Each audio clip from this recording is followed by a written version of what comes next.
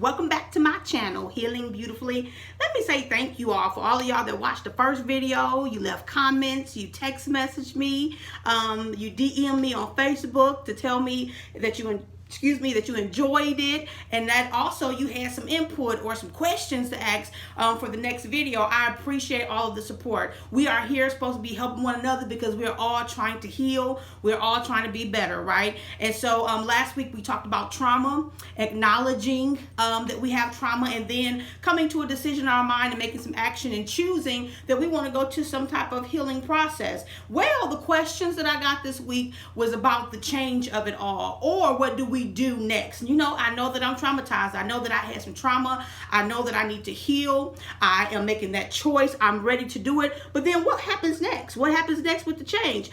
So change is what happens next with the change. We have to make a decision, not just to heal, but we have to make a commitment to all those things that need to change. I know I talked about it in the first video about committing to the first steps of change, because this is what happens from that last week to now. A lot of us have experienced some things, and it makes change difficult. You know, daily tasks, life makes you trying to be better a little difficult, but you have to be ready for that commitment. You have to really be ready for change. And so today we're going to talk about what? Rewriting the story. The thing is, we are the author of our story. Now the Lord, He's the author and the finisher of our faith. But we are the author of our story. We don't have any control of what happens to us for the most part, because some of the trauma that happens, all of it's not our fault, but some of that trauma, we keep ourselves in certain situations, and reoccurring trauma continues to happen, right? But for some of the things that we've experienced, we have not been that person that, you know, we didn't add the trauma, or we didn't do it to ourselves. We didn't put ourselves in a bad situation. You know, we were just in a bad childhood, you know, trauma. We lost a loved one, trauma, right? We can't control that stuff. However, we can control how we respond to it. You can control how you respond and react. You can't control what happens to you, but it's your responsibility and how you respond and react. And then the other part of that, we have the trauma that we keep ourselves in, relationships that we know that are toxic. You know what I'm saying? We know that it's traumatizing just to be there every day, but we stay there instead of making the necessary changes and removing people, because you're the author. You can change the characters, you can put people in, you can change the setting. And I know you're like, well, Francis, honey, you're talking like this is easy. I didn't say it was gonna be easy. I'm just saying that you have to be responsible for it, though. It's messed up, just to keep it 100%, honey. It's messed up that we have to endure certain things in life. It really is. However, we are still the person responsible. It's messed up that the things that have happened to us have happened to us, but we are responsible for the change. We're responsible for our behavior. We're responsible for our actions. We're responsible to be self-aware and do self-evaluation and see what's in us that needs to be changed, because some of the things that we've experienced in life, that trauma has created a certain type of behavior. I'm a believer. All behavior has a why. All behavior has a foundation. All behavior has a basis. None of us pop out crazy, because, you know, some of us, I can say, I think I'm a little crazy sometimes. None of us pop out a certain type of way. We didn't get in this earth with all of these issues. Things happen. And when those things happen, here we are. So now that we know, you know, that we have this behavior, what do I do with it? You know, you have to be willing to do. How do I change my behavior? Well, you have to change some things around you, because we're talking about, right, holistic health, the emotional, the mental, the spiritual, the physical. You have to really put a step down, make a vision board. I talked about that in the last video. Make a vision board and say, okay, so my physical, this is what I'm going to do every day. For my mental, this is what I'm going to do every day. For my emotional, this is what I'm going to do every day. For my spiritual, this is what I'm going to do every day. But you have to be committed to the change. And again, I understand that I'm making it sound real easy, and I know that it's not. I know that we all have to make the decision to commit to the change that is hard, but we want to win. You hear what I'm saying? Look, I gotta win. Like, I am one of those, I'm a competitive person. And the only person right now that I'm competing with, I'm not even competing with the devil. The only person I'm competing with is myself. I'm my only competition. I'm the only person in the way from me getting to the place that I need to get. It's not the people around me. It's not the people that was the person, that the abuser or the person that made me go through my traumatic experience. It's not even that person. I am the only person standing in the way because I have the control. I am the author. I'm the one that can rewrite my own story. But in order for us to do that, Sweetie Pops, we got to change our perspective. Y'all gonna hear the word I told y'all the first time. Perspective is my favorite word. And perspective, again, is based off reality. And so your reality is this one area. You have to be willing to do the courageous thing and stop out of what is comfortable for you, what you view life as, and go sit somewhere else so you can see it a different way so that you can change or you can apply the change that you really want. It's just like, and I'm not going to always use the things that are simple to explain. Like when it comes to health, we'll go to the doctor, right?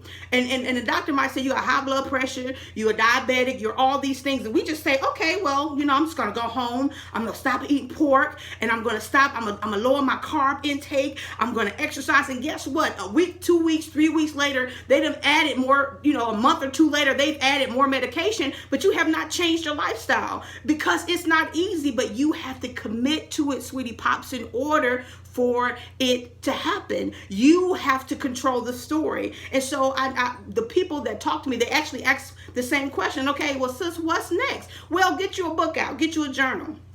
Go buy you a notebook and write down the things that you know that you need to change in your life. If it's relationships, listen, you don't have to be in a toxic relationship. You do not. Look at your neighbor, say, neighbor, you do not. You can choose who you're going to be around. You can choose the people you're going to let in your space, because people may affect you, but you still have to respond. So don't put yourself in something that's going to be painful, but it's up to you to do it. Again, it's not easy, especially if that toxicity is coming from your family or people that have been friends for so long and a part of you for so long. You have to be the one, because some people are just going to be negative because that's what they want to do. Some people are just going to do it because they don't know how. And maybe your change can help them realize they need to change, but you have to do something. Listen, I'm at the place, honey, in my life. I just don't have time for toxic people. No, ma'am. It's a part of my change. And because some of us, we're helping people. We will help anybody that need it. If you need it, and I don't even care if we don't talk every day. If you need it, I got it for you. And it's not even just, yes, it's the God in me, but I know because, again, my trauma, because I know how it feels to go without, I don't like knowing people are going without. I don't, what I'm saying? Like, it's like, can you help me with this? Absolutely. And I do it from my heart. It's not the fake stuff of, girl, let me do this, because if I don't do this, she gonna say something. That's not it. From our hearts, some of us are so genuine and authentic when helping people, and then people can take advantage of that, and then it can become a toxic relationship. But in order for you to move on, you're gonna have to know who you gotta cut off and who you have to keep, because you can't hang around the same thing and expect you to change. Change should just happen for you. Babies, listen, you cannot keep the same mindset and think things are going to be new. You can't keep the same company and think, oh, I'm the only one that's going to change. You have to change your environment,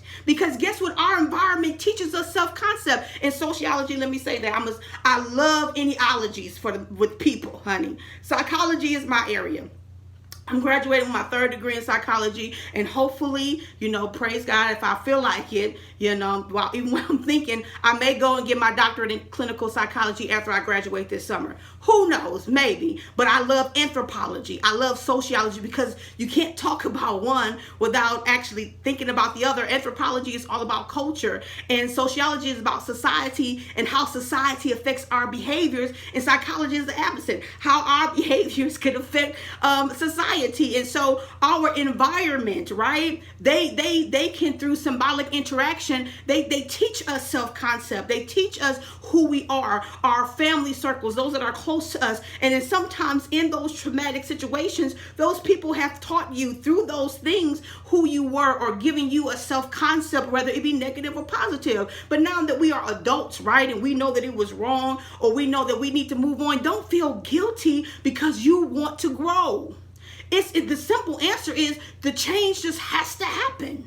You just have to grow if you want to grow, or you can just keep yourself smothered. You can smother your gifts. You can smother your anointing. You can smother your artistic talents. You can smother all that trying to appease people that won't even try to do the same thing for you, or trying to stay near and loyal to people that are not even that loyal to you. You can smother those things, or you can say, you know what? It's time for me to move on. It's time for me to grow. It's time for me to be bigger. It's time for me to soar, right? But if you don't take the time, Sweetie Pop, to actually do it, it, if you don't take the time to say, you know what, I have to write this down, I'm going to change, because change is absolutely necessary. And I wrote a few things down this time. I put down internal and external factors when you're thinking about change. Listen, internal factors is inside of us. You know, we sometimes mess our own selves up. We can trip our own selves up in our head, but we have external factors that impact and influence our ability or willingness to change. Again, you know that you're traumatized. You know that something needs to change. You are at the point saying, okay, I'm about to do it, but hold on. What is that in your head? What is that anxiety? What is that thing in your head saying you're not going to be able to do it? So I'm just the devil. But then sometimes we let the wrong people sit around us and giving us the advice. You know, they saying, well, they ain't going to work for you. Just because you still down here and you want to stay here don't mean I want to stay here. So you have to change your environment. Get your book out. You're the author, and just say, I'm about to change my setting, because I don't have to. I don't have to sit here. I don't have to be a part of this. I can grow, and it's okay. Free yourself to be able to grow. Be free in who you are. Be free, people. I feel like saying it again, because sometimes we are just bound by the expectations of other people. Free yourself in the Lord, sweetie pops. Free yourself. I felt that in my spirit, honey. Free, because I know what that feels like, to feel like you have to do something because these people want you to do something. No, you seek God, and the purpose and things that you have on the inside of you, that's what you need to work toward. The things that you have, and you know what God has called you for, your passion, you know what I'm saying, your mission, your assignment, that's what you work toward. And nobody really can tell you what that is. You see God for it, because people will manipulate it and make it fit into their story. They'll make it fit so that you have to help them. But this is the time now where you need to get your own healing. Stop pouring into everybody else and not taking for yourself. Stop praying for everybody else and then you can't even pray for yourself. Yes, stop doing, no, keep praying, but make sure you pray for yourself, because I don't want y'all to get it mixed up. We're not going to stop pouring into people, but I'm not going to pour into everybody else and forget that I need to be poured into. You have to take care of you, so change. Look at your neighbor, look at somebody in the kitchen, go call your friend and says, change has to happen and I have to commit to it. There's no way, sweetie pops, that you're going to heal the way you need to heal unless you change. And so I'm going to give y'all some homework. Yes, I am. You're going to go get you a notebook, get you a journal. My girl Ashley Johnson, she's on Facebook. I'm going to put her information in the description box. She sells some journals. She has her own little business, and then it'll be good to support, but they're good because they give you goals and things that you can set every day and each week that you need to do. I'm going to put her information in the description box, and you can find them on Amazon so they can be delivered in two days. Or you can get you a notebook, get you a pen, sit down and think. Sit down when you get through with the hustle of the day, when you put your babies to sleep, you know what I'm saying, when you get off of work or while you're at work on your lunch break, because I'm not just talking to women, men need to do this too. Sit down and think. You know, we have a vision in our head, but I found what helps is writing it down. Writing the vision, make it plain, sweetie pops. Write the vision, make it plain. This is what I want to do. You know what I'm saying? I have it written down, healing, and I have all these things connected to it. And every day there's a challenge that comes against what I've written down and what I declared, because declaring is only the first part. Yes, life and death is in the power of our tongues. The declaring part, that's the first part. But the action of my declaration, honey, I got to stay on track. I got to keep going. I got to keep moving. I got to keep working on this business venture. I got to keep making these YouTube videos. I have to, because I have to stay on assignment. I'm going to change because I'm going to heal.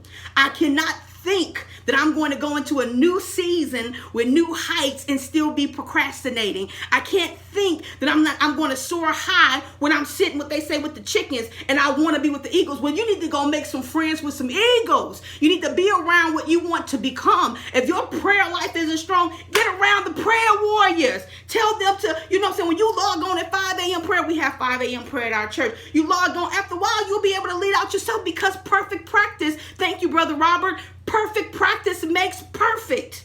It's not that you practice like, okay, I'm just going to do this time. We was in this, I was in Wisconsin State Youth Choir. And one of the things we were singing, we couldn't sing lazily. Is that a word? We couldn't be lazy with our singing. He's like, no, you have to practice perfectly in order for it to be perfect. You have to do your best even when you're practicing. And over a while, you'll get better and better. And that's in anything that that you do, not just your spiritual journey, in your gifts. You know, we're asking God, stir up our gifts so we can help heal us and not just everybody else. You have to practice that thing. Don't be scared to be you. You want to change? You want to step out? And somebody, I can hear y'all saying, sis, it ain't that easy. It's not supposed to be. Sweetie Pops, it ain't supposed to be easy. If it was easy, everybody would do it. I can hear the grandmama saying that. If it was easy, sweetie, everybody would do it. If it was easy, everybody would have a degree. If it was easy, suicide would not be a thing. Giving up wouldn't be. If it was easy, we all would be successful. But it is not easy. I'm sorry. It's just not easy being yourself, and not just being yourself, being willing to be free in yourself, going after what you want, going after what God has called you to be in every area. After you finish praying, I'm going to keep saying this. When you finish praying, you got to get up and do something. So yeah, I hear y'all. I heard y'all. I got the messages. But the simple answer is you have to be willing to change. So go get you a notebook. Go get you a journal. Take some time, 30 minutes a day, meditate and say, what do I see in my life? What do I see myself being? Write it down. Okay, so what action steps do I need? Go do some research. You have to put some work in. This ain't going to be easy. Sweetie Pop, this ain't going to be easy, baby. If you want to grow, it is not going to be easy. But you have to write that thing down. Put up some pictures around to remind you of what on those very hard days. And we all have them. I had one today, honey. I was like, okay, girl, you got it. Because I'm going to keep this going. I feel like this is a mission. I feel like this is an assignment. We're going to encourage each other. We're going to build each other up. And we're going to heal beautifully. I don't care how ugly the day has been. But we have to be consistent in our wanting change, in our going after change, in our action of change. We have to be consistent. And Sweetie Pop, if you are not consistent, it is not going to happen. But we know we can't do it by ourselves. That's why we got God, right? All things are possible to them that believe. But I keep telling y'all, belief is not just something in your mind. It causes action, and action that's with your faith. You got to do something. And so for my babies that did the text message and the DM, I told you, I'm going to talk about it. But you may not like the answer because we want an easy answer. Sometimes you got to cry, but you can't quit. Sometimes you're going to get frustrated and you're going to feel alone, but you can't quit. You have to remember your why. You have to remember your why. And remember this. This came to me earlier this week. I had a very emotional, just grateful moment saying that all the things that we've experienced in life, all of the pain and the turmoil and the adversity that we've been up against and that's happened in our lives, it didn't happen for no reason. Excuse my English. It didn't happen just because God wanted to pick at us. It was to get us to an expected end. You know, there in all of the pain that we endured, all of the trauma that we've experienced, it wasn't even just for me. It was for me to be able to be courageous and help somebody else. It's a reason why we've been afflicted. And I believe David said it was for that I might learn. I learned a whole lot in my pain. But, you know, if we're not careful, we will let that thing keep us stagnant and keep us scared to go over and keep us bound. Just because we said, okay, I want to heal, but what do I do? You're going to have to change, baby. You have to change, sis. You got to change, bro. And you have to fight for yourself. Get out of your own way. Write it down. And I have my first lady. She's supposed to come next week. And she is a licensed therapist for family and marriage counselor. She's a licensed family and marriage counselor. And because we want to get some real clinicians in here and some people to talk about this, how we can stand in our own way. Write it down. Everything you need, God has already put inside of you, everything that you need. And then the people that you need, he'll put them on the way. On your journey, we're waiting for God to just put stuff in our hands and say, okay, I'll do it now. No, you have to start the journey first. And then God will give you the people you need. He'll give you the resources you need. He'll bring the things to your remembrance. You done went to school and got all these degrees. That stuff is sit inside of you and say, oh my goodness, that was for. But you got to be willing to do it. So I'm hoping, I feel like a coach today. Y'all, come on. Get out there and do what you know that you have to do. If you want to heal, you have to fight for your own healing. Do you hear what I'm saying, Sweetie Pops? If you want to heal, you have to fight. There's no more excuses. There's no more excuses. The principal I used to work for, her name was Shell Dillard. Just results. No excuses. Just results.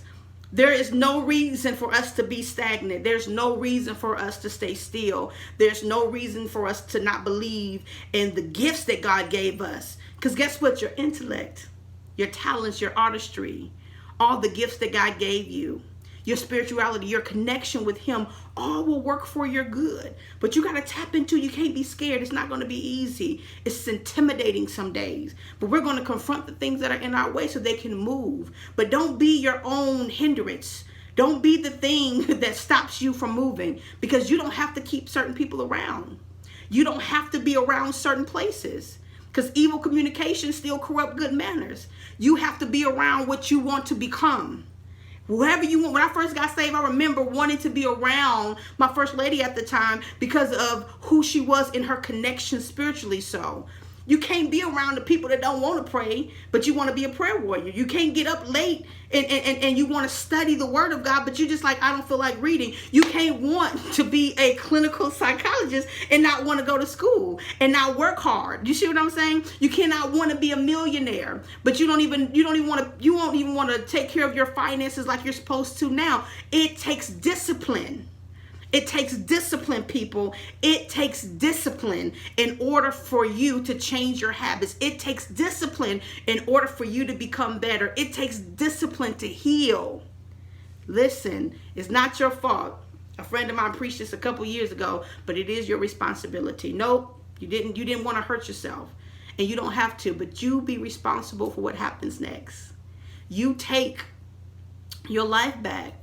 And while we're crying, listen, I'm still crying. While you're crying and while we're having moments, we are not going to give up. We're going to be consistent this year and this season, because we want to see, when we get to the end of this year, we're going to say, man, it was hard, but I see the effects of the changes I put in place. I'm happier. I have peace now. My mental clarity is better. I'm not as emotionally crazy. I've learned to practice EI, or emotional intelligence, being emotional responsible. I've gotten some temperance and some self-control. All those fruits of the spirits in Galatians 5:22. We can just remember, sweeties, that you are responsible for yourself. I don't want anybody to make any excuses. We're on this journey together. And so I hope that you've received something from this video.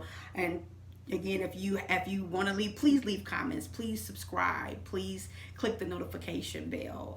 Please say if you need to hear something else. We are here to help us one to another. DM me on Facebook, or to those that have my phone number, you can text message me and say, can we talk about this, and can we do this? We're here to help one another through this healing process. So lovely, sweetie pops, until next time, thank you for coming. Be blessed.